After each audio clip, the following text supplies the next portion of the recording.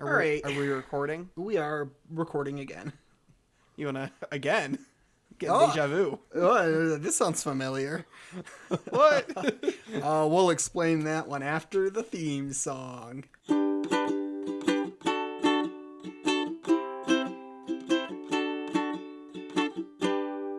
What is up, everybody? Welcome to the Adventure Twins podcast. We are two twins who talk about one of our favorite shows, Adventure Time. I am Jacob.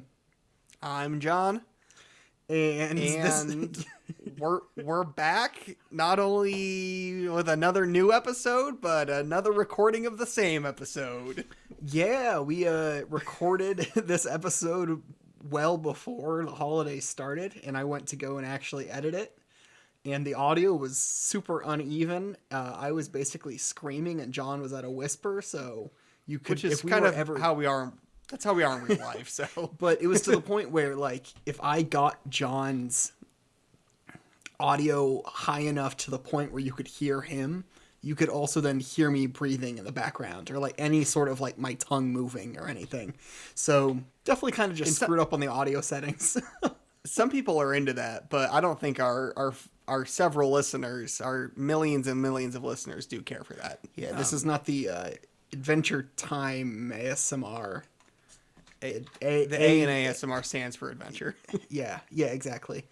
I'm sure you can find Adventure Time ASMR. This is not it. So this is our second attempt at recording this episode. So we're going to get pretty major deja vu. Neither of us have seen this episode since the first time we tried recording it, which was like a couple weeks ago. So it's fine. I mean, we still have the notes. Yeah. You know, we had talked about doing, and I talked briefly, we had about doing a live recording or doing a podcast while we were together for the holidays. And I think both of us were just kind of like, nah, not worth it. We didn't want to. I just had no interest. Yeah. Also, I just feel like we didn't have any time. Oh, gosh, I don't know. no. Personally, no. I felt like not super rested after the holidays. Nor did I. I think after you had left was my one rest day. I felt bloated. I felt disgusting. All of that. Yeah, did not have the most, the best holidays. And then came home and basically just played video games through New Year. So those were my days. Very exciting. Anywho, we're going to talk about episode 7 of season 1, Ricardio the Heart Guy. This episode was released on April 26th, 2010, written by Bert Jan and Sean Jimenez. In this episode, Finn gets jealous when the suave Ricardio forms a relationship with Princess Bubblegum. Yeah, and so a little bit more detail. There's this fun party dude, they're at a party. Wow, I'm already forgetting. It's been so long. I think Finn and Jake save Princess Bubblegum. Princess Bubblegum invites them to a party, and there's this guy named Ricardio who's this, like, heart with a super detailed humanoid face. He's really like an anthropomorphic heart. Yeah, and he's, like, wooing everyone in the Candy Kingdom, but Finn is just, like, distrusting of him because he looks creepy, and he's voiced by George Takei, so he inherently sounds a little evil, but really it's just because he's really jealous because he can talk like science stuff, and he's like hot and looks like a heart, and Princess Bubblegum is like, so weak explanation. Finn gets all jealous, and Finn becomes convinced he's evil, and it becomes this classic bit of like Finn's trying to say he's evil, and PB's just like, no, you've got it all wrong. And everyone's like, you got it all wrong. So they stake him out and figure out, in fact, he is evil. He is the Ice King's heart come to life, who is now dead set on cutting out Princess Bubblegum's heart and making out with it. This is a weird episode. Like, the ending catches me off guard. I remember it's so weird. I have to look through my notes to be like, wait, is that what happened again? Wait, that's right. That's actually what this was a little bit about. I forgot that he was Ice King's heart ripped out from him. Yeah. So, initial thoughts? I think this episode's a lot of fun. I do too. I think back to it. I don't remember I usually watch these literally like right before we record, so I'm very fresh. This one is coming back to it after a while, and I think this one's a blast. Just in memory, it sticks with me. Ricardio is such a weird little guy. I've always thought, I think Ricardio's very Flapjack coded, the way his face is drawn. If you've seen Flapjack, they get like really detailed close-ups, or kind of like in SpongeBob, it's the same way, where every now and then they'll have those shots that are just like, get really detailed and realistic. Ricardio's like that the entire time. So. I think it's just the eyebrows. Like, no one else in the show really has eyebrows, and it makes everyone look super serious, like a Groucho Marx kind of face. I don't know. I remember him having dimples too, kind of. Like, there's just a little bit more face feature going on. Because Finn's is just 2 dots in, like, the line. Yeah, I mean, he's got, like, eyes with, like, pupils and shit like that, so. Yeah. They do I'm going totally off track. We're still on first impressions. Do you have any other first impressions? A couple things. I think this is the first time we established that Finn has a crush on Princess Bubblegum. Yeah, you get a little bit of a hint at the end of the Enchiridion, because there's the like, oh, it's how to kiss princesses, and Finn like gets all like, oh my god, what is it? So you get a little bit of that, but this is like the first like, oh, it's pretty clear. Yeah. I mean, it's more or less hinted even from the first episode, but yeah, you can assume it. You can gather. Yeah. But this is like the most like, oh, it's pretty apparent, and it becomes like a lower point of his crush. I think I like the crush. It adds like another fun element to the episodes. I think it's akin to Aang and Katara from Avatar, which I have seen, for the people who gave me crap about that. Last time we recorded this episode, he had not seen season 3, so he has now finished the show. So character development between the first take and the second take of this. I binge watched season 3 in 4 days. Just after work, I'd come home and my nightly routine would be eat dinner, watch 5 episodes of Avatar, and go to bed. But yeah. I think it's fun because like initial Avatar, it's like Aang's like childish and has a crush on Katara, but Katara's like, hey, you're just like a kid. Like, I can't have a crush on you. You're just young, like a younger brother. That's kind of the relationship we get with Finn and Princess Bubblegum, I think. Yeah. Yeah, I mean, that's probably the best description of it. Yeah. I was just thinking of the other big ships in Avatar, and I was like, Kazuko. But that's not even the name of the ship, is it? Kazuko? Is it? I don't know the ship name, but it was there. I'm not good at the... I watched a video essay on a dude complaining about another video essay, and it was like a shipping between Chowder and Panini, and somebody made a video essay about that, and then someone made a video essay complaining about that other one, and I watched the second one but not the first one.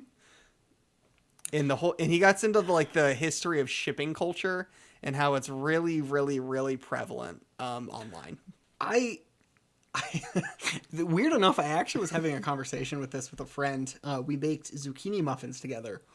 And then we just chatted, and I got into a conversation. I actually took a class, and I cannot for the life of me remember the name of the class. But we talked, it was some sort of like media criticism course. It might have just been, I don't remember what it was called. But we talked about shipping culture. At like the end of the course, it was like more modern means of analyzing media. And so we talked about shipping, and this professor is really interested in fan fiction, like as an academic concept. So we talked about fan fiction and shipping, which go hand in hand a lot.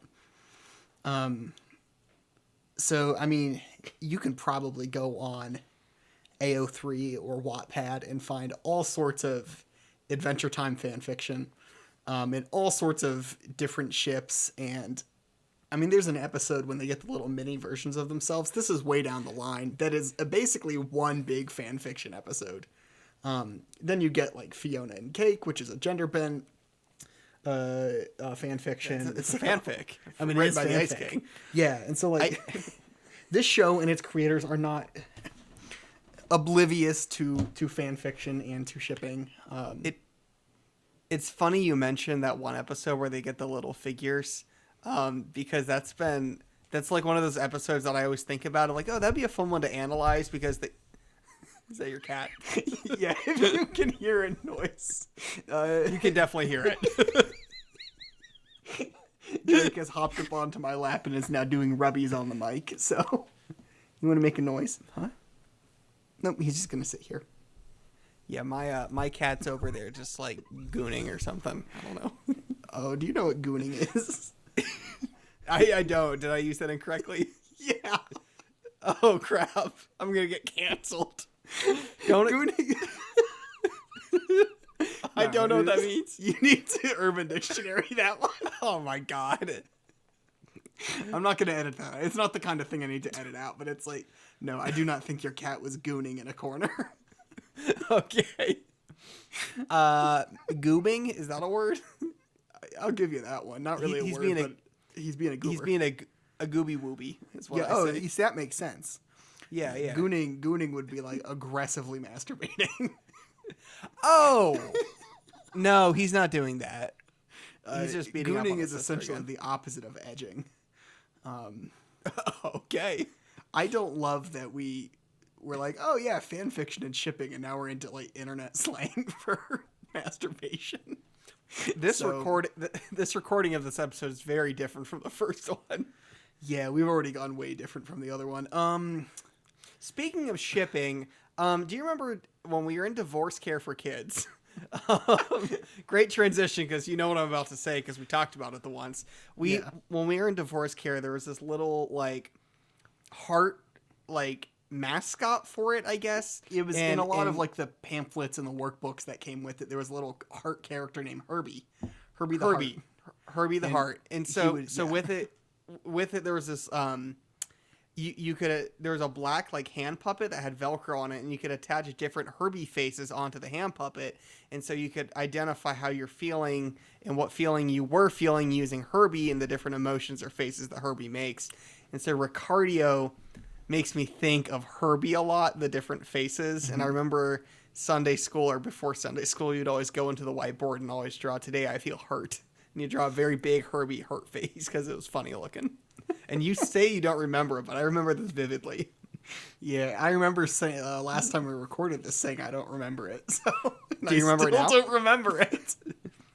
They couldn't do anything because we were the pastor's kids, so it's like you can't get us in trouble. Yeah, you get away with things.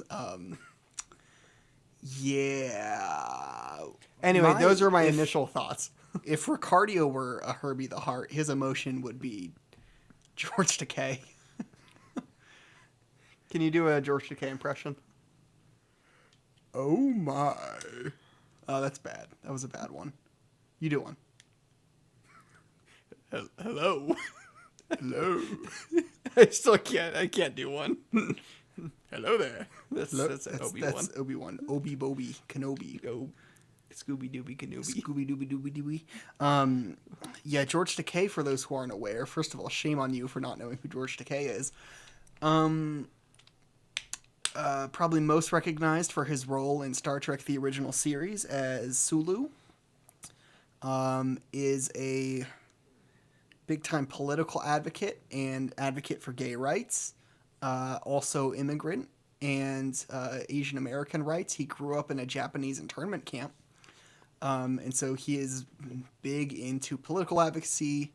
He has an off-Broadway, I don't know if it was off-Broadway or on Broadway, I think it was on Broadway. Musical. Allegiance. I was blanking on the name. It's got Sutton Foster in the original recording of it. I did not know that. That's cool. Yeah, first time I saw a recording of it, I'm like, that's Fiona from Shrek. Yeah. And of course, Sutton Foster's been in like everything, so. Did you know she just started dating Hugh Jackman?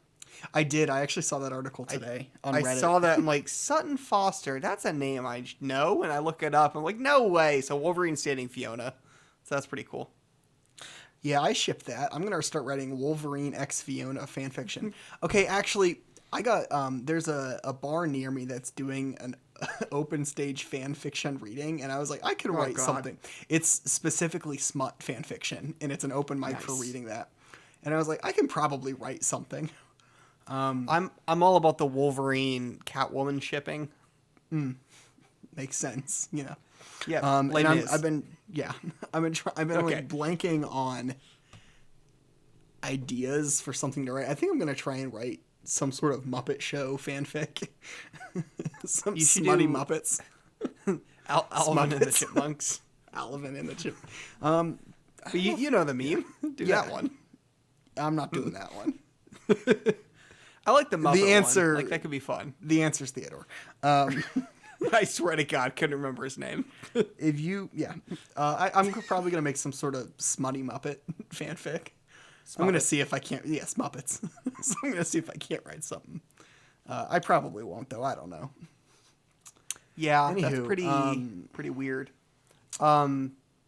George Takei's he's been big on the internet. He was, I know for Jacob and I, he's one of our first introductions to memes in a way, because he would post so many funny things on Facebook of all places.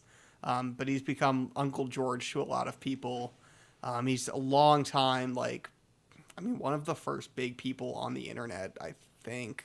Yeah, he had a pretty major presence from when the internet started going mainstream, at least. So Any fun things you noticed throughout the episode? I like the amount of nonsense science words, because Ricardio and PB talk about science a lot, and they're just like, yes, when you multiply the hydroxyflyer and it intercepts with the isotopes. They throw a bunch of words that sound vaguely scientific, and I know most of the words I just used are, but all of them are totally non-relevant to each other. But they just Like Dexter's Lab, it's the same thing. yeah, they just kind of throw random Hydroxyflyer. sciencey words at each other, and I just think that's always fun. Because of course Finn doesn't understand it. Why would he understand it? It's nonsense. I like when they get invited to the party, it cuts and says party time instead of adventure time. And then all these balloons fly across the screen. But there's this one balloon that has this really creepy face. And I like that one. At one point, I just wrote down, "This is life and death." Is it? Oh, that's a Finn and Jake interaction, because Yes. Finn's getting all upset about Ricardio, and he's flipping out, and Finn gets hyper serious about everything. So it's like, "This is life and death," and Jake very calmly, "Is it?" Is it? I'm like, that's so Jake coded, not flipping out about things and being pretty level headed. Yeah, recurring theme of Jake kind of being playing the straight man to Finn's craziness. Very rational. The voice of reason, that's the word I'm looking for. Yeah, absolutely. I like Ricardio's little butt cheeks. He turns around and they made sure to put little butt cheeks on him. I think that's funny. I have one note that just says, "I bet you wish you were my butt." I don't remember.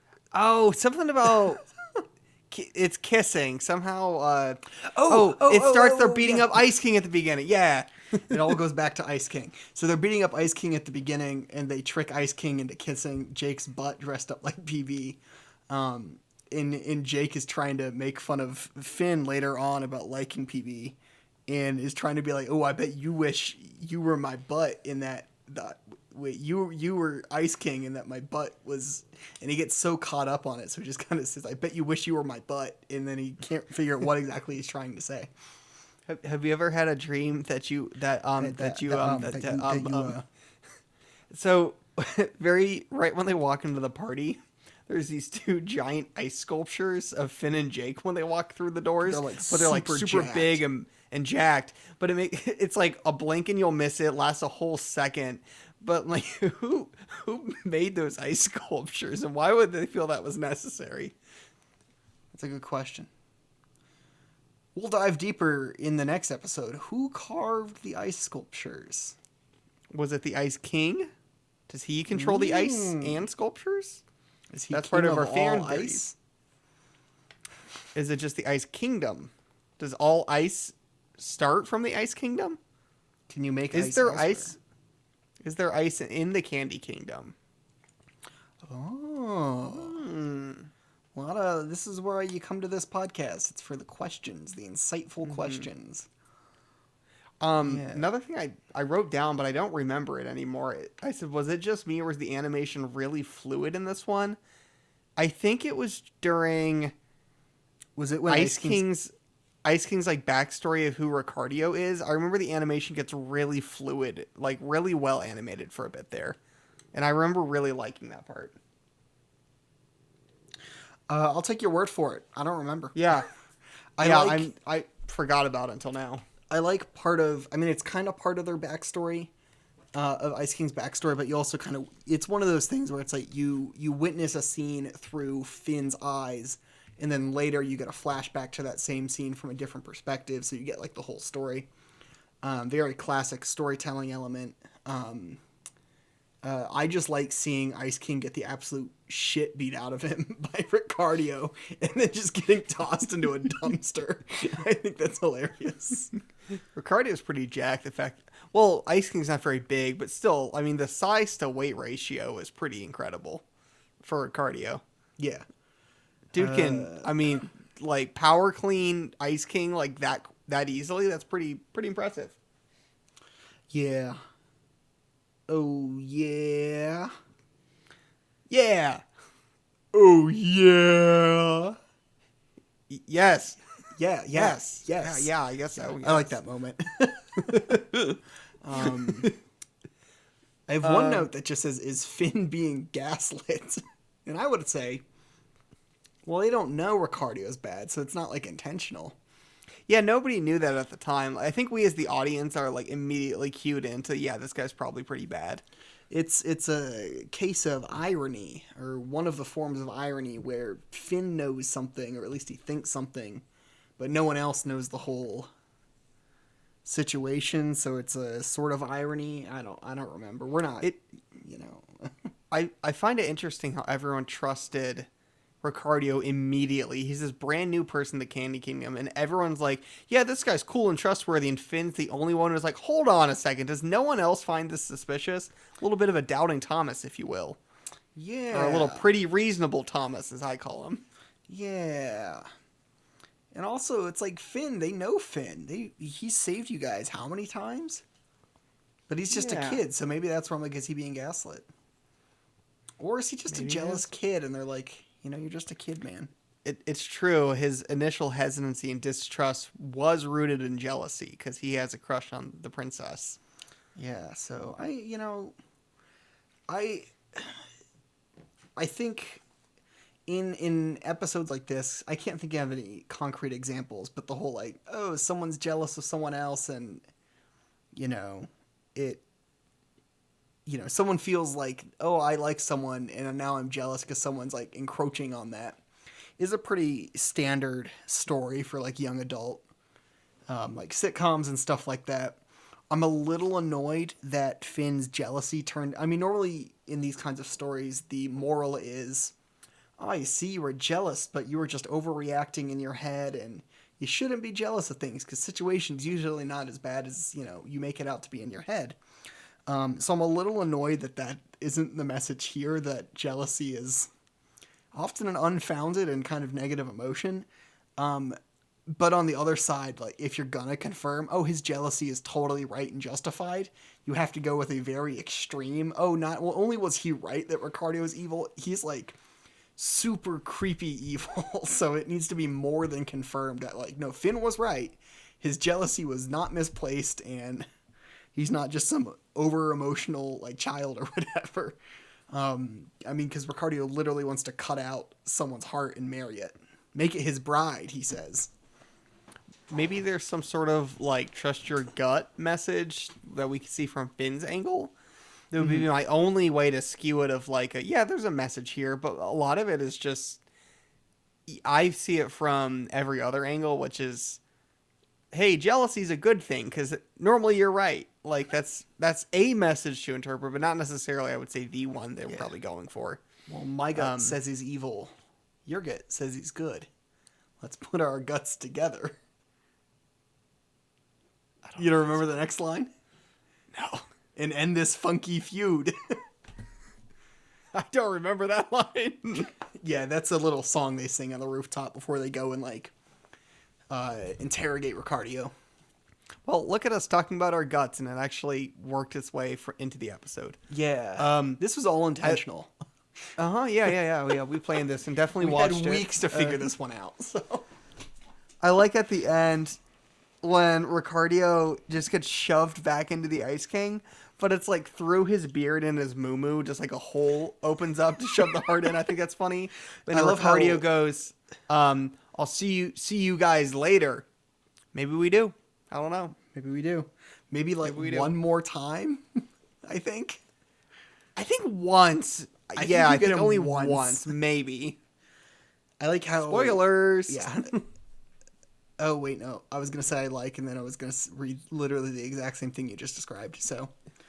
That's why you got to listen. I have just wait to say your points. I'm listening to speak, not listening to understand. I think that's pretty obvious. Yeah. A lot of these, I think, are just like things I noted. All the plot points I have are just like, or all the notes I've made are just kind of quotes, but like without having just watched it. One note that just says, "What the cabbage?" which I assume is a line someone says. Couldn't tell you who, couldn't tell you why. I have "Hey fart face." I don't know who says that one either. Ladies are twisty, man. That was Jake, right? That had to have been Jake. That's a big Jake quote, yeah. Yeah, because his arm's twisted when he did it, right? Yeah. That's what I would have done. I like during LSP's massage, it's just a bunch of fart sounds. That's pretty funny. One note that just says blarg. Yeah, I don't know what that one is. This should be a game of like, we're just going to write random quotes and say, who said it? What's the context? Go slay these peanut monsters. And I said, that's what I'll start saying about beers. I'm like, yeah, I'm going to slay these beers over here. I remember thinking that was funny at the time. Yeah. Well, it's not very funny now. No, it didn't age well. It was funnier then, maybe. Yeah. Maybe in context. Maybe in the context. Funny. Yeah, we're just missing. What's some like people the joke? The like Mesopotamia joke.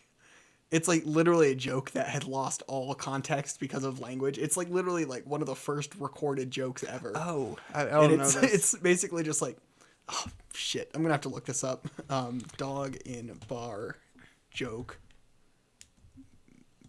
Mesopotamia. Did you hear about the gorilla who escaped from the zoo? Oh. It's because he was a quiet gorilla. Oh, okay. Muffled gorilla sounds. So it's an ancient Sumerian text from between 4500 and 1900 BC, somewhere in there. The earliest examples of a bar joke, and it features a dog. It says, a dog walked into a tavern and said, "I can't see a thing. I'll open this one." That's it. Oh, okay. It's been, the meaning behind it has been totally lost contextually. We just don't know. It's kind of like, I'm sure someone, yeah. It's like the context to "Baby, It's Cold Outside." Just over time, it's been lost. Oh wait, never mind. But Here's then a really long Reddit comment trying to break down the joke somewhat. The dog joke? Yeah. And like actually break down the original text and stuff. So, you know what? Maybe this will be a good read for me. It's on r/ask historians. So that's actually probably not a bad place to like look for an explanation of this ancient Sumerian joke. Yeah. I'm sure it's funny. I'm sure it was hilarious when they said it. That would have, if it wasn't funny, they wouldn't have bothered writing it down. So. Yeah, I don't think everything recorded is funny. Prime example, Reba McEntire's stand-up, our podcast. Like, there's plenty of things that people say that just aren't funny. But that's okay. Yeah. It's a little self-jab humor for you. Here's the context. And also, our very anti-Reba McEntire podcast. If you're listening, Reba, we don't want you here. I said Reba. Definitely, it was Roseanne Barr. It wasn't even Reba. I mixed those two up. I was like, what do you have against Reba? No. Reba's to my knowledge, fine, unless there's something I don't know about. It's You're gonna get canceled. I'm gonna go, this guy hates Reba. No, it's definitely Roseanne Barr, who has reasons to dislike her. I always get her and Rosie O'Donnell mixed up. Oh, maybe it is Rosie O'Donnell. Yeah, you see, you don't even know. I don't even know. It's Roseanne. It's Roseanne. Roseanne was killed off in her show Roseanne. Yes, I knew that. Rebranded as The Connors because they took out the lead actress, but they kept John Goodman, so a good man. Okay, it is Roseanne Barr for sure. That's who I'm talking about. Not Reba, and not another Rosie Rita O'Donnell. Rutner live. Rosie O'Donnell. It's not Rita Rutner. Yeah. Okay. Okay. A lot of R names. A lot of R stand-up comedian names. For people who had shows. Yeah. Who's the boss? One of the quotes I wrote down was, "Some people look wicked but are super nice," and that got me thinking: are Oh my people God. born wicked, or do they have wickedness thrust upon them? And it really makes you question that. Okay, I'm just remembering trying to edit last episode, and we talk about Wicked for like 10 straight minutes because I had just seen the movie. Yes. We don't have to do that again. The Wicked discourse is plentiful online. We're not going to talk about it here, so... I like one quote: "Tell me or I'll do something," from Finn. Well, I didn't even write that one down. That's funny. What a threat! Like, I'll do something. Like, the writers just got really lazy there, but it's... I don't know, but here it's we like are talking perfectly- about it. It's yeah, funny. It sounds lazy, but it's like incredibly in tone with the humor of the show. Yeah, the show seems to take so many common tropes or just cartoon writing, but just like poke fun at it. Case in point here. I appreciate that. Yeah. I don't really have anything else to say about Ricardio the Heart Guy, being as I don't really remember it, so... It sounds like we remembered it pretty well. We just talked about it for at 32 least minutes. 3 minutes. 30. Holy shit! This is way longer than the last one. Yeah. We Yeah, went it off on a is. few tangents there. Hey, what else do you listen to podcasts for if not for the tangents? I know you're listening to us while you drive, while you work on a computer, or while you're cooking dinner. That's all we're here for. Yeah, well, apparently video podcasts are all the rage right now.